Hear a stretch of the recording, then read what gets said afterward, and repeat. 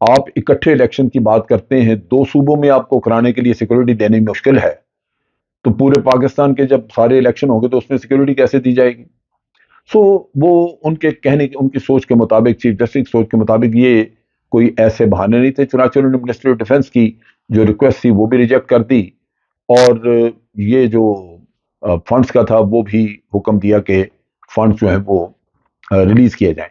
لیکن اس کے ساتھ ساتھ دوسری پارٹیوں کو جو پی ڈی ایم میں بیٹھی جو ڈیلے چاہتی ہیں، ان کو بھی ایک رستہ دینے کے لیے چیف جسٹس صاحب نے کہا کہ جی ہمارا فیصلہ تو یہی ہے کہ 14 مئی کو آپ الیکشن کرائیں، کیونکہ 14 مئی کے علاوہ کوئی رستہ نہیں ہے، آئینی رستہ یہی ہے۔ لیکن اگر آپ پارٹیز مل کے آپس میں کچھ فیصلہ کر لیں اور کوئی ایسی متفقہ ہو جائے، ان کا مقصد صرف یہ ہے کہ اگر متفقہ فیصلہ نہیں ہوگا تو دونوں میں سے کوئی نہ کوئی پارٹی آ کے پھر چیلنج کرے گی، جو ججمنٹ آئے گی اس کو چیلنج کریں گے لوگ، اس پہ اپیلیں شروع ہو جائیں گی، پھر کام ڈیلے ہوگا۔ تو اس سے بہتر ہے کہ آپ مل کے فیصلہ کر لیں، لیکن یہ بھی بیل منڈے چڑھتی نظر نہیں آ رہی۔ اچھا، اب یہ جو جس کی نوٹیفیکیشن آئی ہے اس میں پہلی بات تو یہ آ گئی کہ وہ سو موٹو نوٹس، جس کا میں نے ایکسپلین کیا کہ چونکہ اس کیس کا سو موٹو نوٹس لیا گیا تھا، سو اس کو وہ غیر قانونی قرار دے کے تو وہ چاہتے ہیں کہ وہی فل بینچ وغیرہ کی طرف جائیں جس میں باقی ججز بھی موجود ہوں۔ دوسرا جو اس میں ہے وہ یہ ہے کہ چیف جسٹس آف پاکستان خود بخود کوئی بینچ نہیں بنا سکتے۔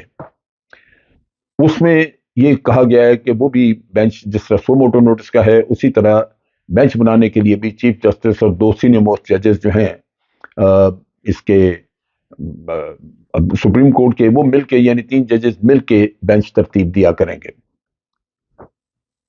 اب آپ سوچئے کہ چیف جسٹس کے آپ ہاتھ باندھ رہے ہیں، تو وہ چیف جسٹس رہ کیسے گیا؟ وہ تو چیف جسٹس کا اس کا کام یہی ہوتا ہے کہ وہ بینچ بناتا ہے، اور بینچ بنا کے یا کبھی سو موٹو نوٹس لے لیا کسی چیز کے اوپر، آپ اس کی وہ پاورز لے رہے ہیں۔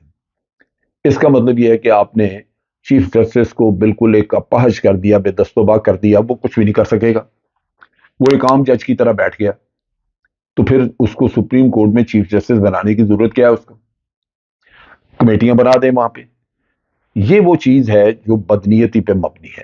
اچھا، اسی قانون کی آڑ میں ایک اور جو کام کیا وہ یہ ہے کہ جب یہ قانون بن جاتا ہے تو یہ قانون آتھرائز کرتا ہے کہ یہ سو موٹو کیسز جب بھی چلیں، اس کے 30 دن کے اندر اندر کوئی بھی شخص اپنے کیس کے بارے میں اپیل کر سکتا ہے اور اس سے اپنا فیصلہ تبدیل کروانے میں مدد ملے گی۔ یہ کام انہوں نے کیا ہے، یہ ساری کہانی نواز شریف کو 30 دن کا نوٹس مل جائے گا۔ جیسے یہ بل پاس ہوا، ابھی یہ بل پاس ہو گیا، آج انہوں نے بل بنا دیا اس کو، باوجود اس کے کہ سپریم کورٹ نے اس پہ روک رکھی ہوئی ہے، اس کو سسپینڈ کیا تھا، انہوں نے اس کو چلا دیا۔ اب 30 دن کے اندر اندر نواز شریف صاحب اپنی ایک عرضی بھی لے کے آ سکتے ہیں کہ جی ہمیں یا ان کے بیہاف پہ کہ جی یہ سو موٹو لیا گیا تھا میرے کیس کا، وہ ٹھیک نہیں تھا، لہذا مجھے میرا کیس جو ہے وہ ختم کیا جائے۔ یہ وہ شیطانی عمل ہے جو کہ اس کے پیچھے کار فرما ہے۔ دوسری جو چیز ہے وہ یہ ہے کہ آدمی حیران ہوتا ہے کہ کوئی حکومت اتنی بھی خود سر ہو سکتی ہے کہ وہ سپریم کورٹ کے آرڈر کے باوجود موجود ہے، وہ کہیں جی ہم نہیں اس پہ عمل کرتے۔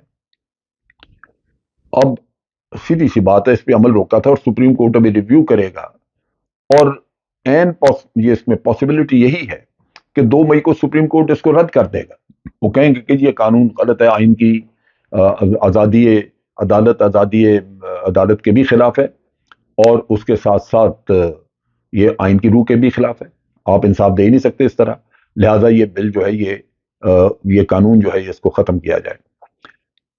اب یہ قانون ایک متنازع قانون، لیکن حکومت جس طرح انہوں نے اپنے نیب آرڈیننس میں امینڈمنٹ کر کے جلدی جلدی اپنے کیسز ختم کرائے تھے، اب یہ سارا ڈرامہ کر کے وہ نواز شریف صاحب کو بھی بالکل دوبارہ دودھ سے دھلا کے صاف کر کے لا کے میدان میں کھڑا کرنا چاہتے ہیں اور چیف جسٹس کو باندھنا چاہتے ہیں۔ کل یہ چیف جسٹس ہٹ جائیں گے تو ہو سکتا ہے نئی ایک امینڈمنٹ لا کے تو اگلے چیف جسٹس کو پھر یہ ساری آزادی دے دیں کہ جی مزے کریں آپ بھی۔ تو بدنیتی بدنیتی بدنیتی ہر چیز میں۔ دوسری طرف جو مذاکرات جو انہی کے فائدے کے لیے رکھے تھے، لیکن ان مذاکرات میں جو سب سے بڑی رکاوٹ ہے مولانا فضل الرحمان ہے۔ مولانا فضل الرحمان کا مسئلہ یہ ہے کہ ایک تو ان کی ذاتی سخت دشمنی ہے عمران خان کے ساتھ. دوسرا علی امین گنڈاپور جو کہ ڈیرہ اسماعیل خان سے ہیں، جو مولانا کے خلاف الیکشن لڑتے ہیں اور مولانا کو ہرایا انہوں نے آگے. پہلے مولانا چاہتے ہیں کہ کسی نہ کسی طرح پی ٹی آئی کا ایسا سوایہ ہو کہ یہ لوگ نظر نہ آئے اور مولانا اب اپنے سارے غلط کاموں کے باوجود الیکشن جیتنے وہاں پہ. اور بہانہ یہ کہا جا رہا ہے کہ جی کوئی کہتا ہے کہ جی گن پوائنٹ پہ ہمیں کہا جا رہا ہے بات چیت کرو. مولانا کہتے ہیں کہ جناب ہم کیوں بات کریں، جس شخص کو پاکستان کی سیاست میں نہیں ہونا چاہیے اس سے کہتے ہیں بات کریں، ہم نہیں بات کریں گے. سو نظر یہ آ رہا ہے کہ مکمل ایک بغاوت حکومت نے کر دی ہے عدالت کے خلاف. عدالت کے پاس کوئی رستہ نہیں رہے گا. یہ اس کے نتائج کی طرف توجہ نہیں دے رہے. کل ان کو کوئی مشکلات آئیں تو یہ بھی عدالت کے پاس جائیں گے. اس وقت عدالت ان کو اگر دھکے مار کے باہر کر دے تو میں سمجھتا ہوں کہ بالکل مناسب ہوگا. آج آپ عدالت کی بے توقیری کر رہے ہیں، اس کا حکم ماننے سے انکار کر رہے ہیں، اور باوجود عدالت کی روک کے انہوں نے یعنی اس قانون کو سسپینڈ کیا تھا کہ اس پہ ابھی اس کو لاگو نہیں کیا جا سکتا، انہوں نے زبردستی اس کی نوٹیفیکیشن ایشو کر دی. اب عدالت جب 2 مئی کو بیٹھے گی تو اس دن فیصلہ ہوگا کہ اس کا کرنا کیا ہے. لازمی بات ہے کہ عدالت اس قانون کو پاس کرنے کے باوجود وہ اس کو ریجیکٹ کر دیں گے. وہ کہیں گے کہ یہ قانون غلط ہے، یہ آزادی عدالت کے آزادی انصاف کے خلاف ہے، یہ اس کو رکھا نہیں جا سکتا. مسئلہ یہ ہے کہ اس وقت اس حکومت کے اوپر کوئی روک ٹوک نہیں ہے. اگر کوئی حکومت منمانیاں کرنے پہ اس طرح اتر آئے اور ملک کے سارے اداروں کو، جس میں جوڈیشری سب سے پہلے ہے، اور سپریم کورٹ نے اپنا آرڈر لاگو کرنے کے لیے اپنے ریاست کے اداروں کو ہی کہنا ہے. اب اگر کوئی بھی شخص یہاں پہ بغاوت پہ اتر آئے اور وہ سپریم کورٹ کو جوتے کی نوک پہ رکھے، جس طرح کہ مولانا فضل الرحمان فضول باتیں کر رہے ہیں سپریم کورٹ کے بارے میں، تو ان حالات میں باقی رہ کیا جاتا ہے؟ ریاست کا نظام تو کولیپس کر گیا. اگر ادارے اس معاملے میں مدد نہیں کرتے کہ وہ سپریم کورٹ کے احکامات کو لاگو کریں تو پھر پیچھے کیا رہ جائے گا سوائے عوام کی طاقت کے؟ تو یہ وہ خطرہ ہے جو کہ سمجھنا چاہیے کہ اگر کسی وقت عوام اٹھ کھڑے ہوئے اور انہوں نے یہ چیزیں ہاتھ میں لے لی تو ملک میں بہت بڑا کیاس آئے گا. لیکن لگتا یہ ہے کہ یہ لوگ جو حکومت میں بیٹھے ہیں یہ مجبور کر رہے ہیں کہ بالآخر عوام میدان میں کودیں. یہ حالات میں نے پوری زندگی کبھی پاکستان کے نہیں دیکھے تھے. اتنی انارکی، اتنی لاقانونیت اور اس قدر فرعونیت، اس قدر بے قدری سپریم کورٹ کی، جس نے آپ کو یہی چیف جسٹس ہے جس نے عمران خان کی جب حکومت گری تو اس کو ان کے حوالے حکومت کی نو کانفیڈنس موشن کروائی. اس وقت یہ بڑے پیارے چیف جسٹس تھے، اس وقت سب یہ ٹھیک تھے. اس کا مطلب یہ ہے کہ یہ میری بدماشی، آپ 100% اپنی مرضی کا جج، اپنی مرضی کا بینچ اور اپنی مرضی کا فیصلہ مانگتے ہیں. اس سے زیادہ شرمناک صورتحال اور کیا ہو سکتی ہے؟ بہر صورت پاکستان کے عوام دیکھ رہے ہیں، دیکھتے ہیں اب عوام کا ریئیکشن ان چیزوں پہ کیا ہوتا ہے. بہر صورت ملک کو بچانا آپ کا، میرا اور سب کا فرض ہے. کسی بھی ملک کو ان حالات میں اس طرح نہیں چھوڑا جا سکتا جہاں قانون کی عملداری مکمل طور پہ صفر ہو جائے. اب تک کے لیے اتنا ہی. افواج پاکستان زندہ باد، پاکستان پائندہ باد.